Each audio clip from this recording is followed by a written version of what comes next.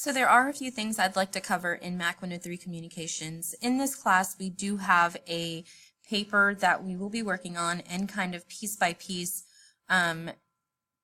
based on the deadlines. So for example, for this paper, the first the first assignment actually is going to be lesson 1, and that is here.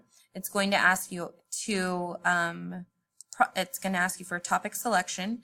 Now we have listed a few topics here, 1 through 6, and you can go through and read which one you'd like to write about. So what you would do is once you have selected that, you will add submission, and in a Word document, you can either put it in a basic Word document, or you can definitely use Microsoft Office 365 through your portal for the school. It's totally up to you, and all I want to see for this is just your project title.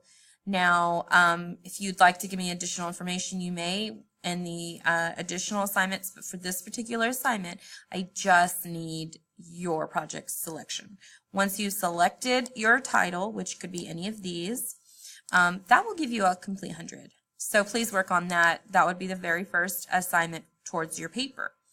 Now that's due on the Wednesday, so that's Wednesday before midnight. Then you come to project 2. Anytime you see project, that's leading to our big project. So the next step is going to be writing a thesis statement that coincides with your project title, and you will add it the exact same way. You will type it up and add submission and use a Word document, same as the topic selection.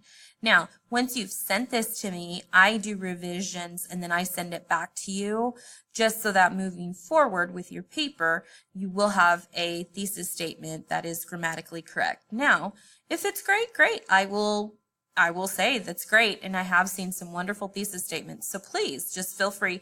I will also, in our announcements here, I will be posting some resources that will help you better build your thesis statement. So please don't procrastinate. This is a very important part of your paper. So then we go down to project 3. Project 3 is a outline and resources paper. Now, please understand that this is not difficult at all. It is basically a synopsis of your paper. Now, back here in our main page, we do have additional resources. This is additional resources. You click that, and guess what? Here is an outline sample. Click that. It will give you a drop down at the bottom of your page, of your window. Then once you populate that, that's going to actually give you a description of an actual outline. Do it the exact same way.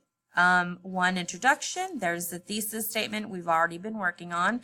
Kind of look at supporting evidence and just kind of go from there. If you have questions in regards to this, please feel free to let me know. I can easily help you with it. If you're unsure about the assignment and you just want to try it out and go ahead and send what you have, because you do not want to procrastinate with that either, because that's going to help you moving forward. Next step is going to be your rough draft. Now, this also would be in a Word document. Now you've got your outline. Now you can use the outline to transpose it to a rough draft. Now, you're going to be adding it in a Word document, add submission. When you add submission, you click the arrow, save changes, and so on and so forth for that. Please do not procrastinate in sending me a rough draft, because that then will procrastinate to the additional projects. So then you've got project 5. Now keep in mind, these projects are not all due at once. Please understand that. The first project is going to be Wednesday, which is the topic selection we just talked about. Then so on and so forth. Then it's Sunday for project 2, and then the following Wednesday, and then so on and so forth as far as that goes. So please understand that procrastinating isn't going to work, and we really need to work on these. And if you have questions, there are numerous ways to contact me. And the next step is project 5, references. So you will click that. Please select any references that you feel are important. Please do not post or please do not add a submission saying, I have no references. Well, we all should have some sort of reference. And please I will post some citation machine information here that will help you cite whatever resource you're using. If you're using a family member, you may also cite that family member. If you're using a friend, you may also cite that friend as far as what they're saying.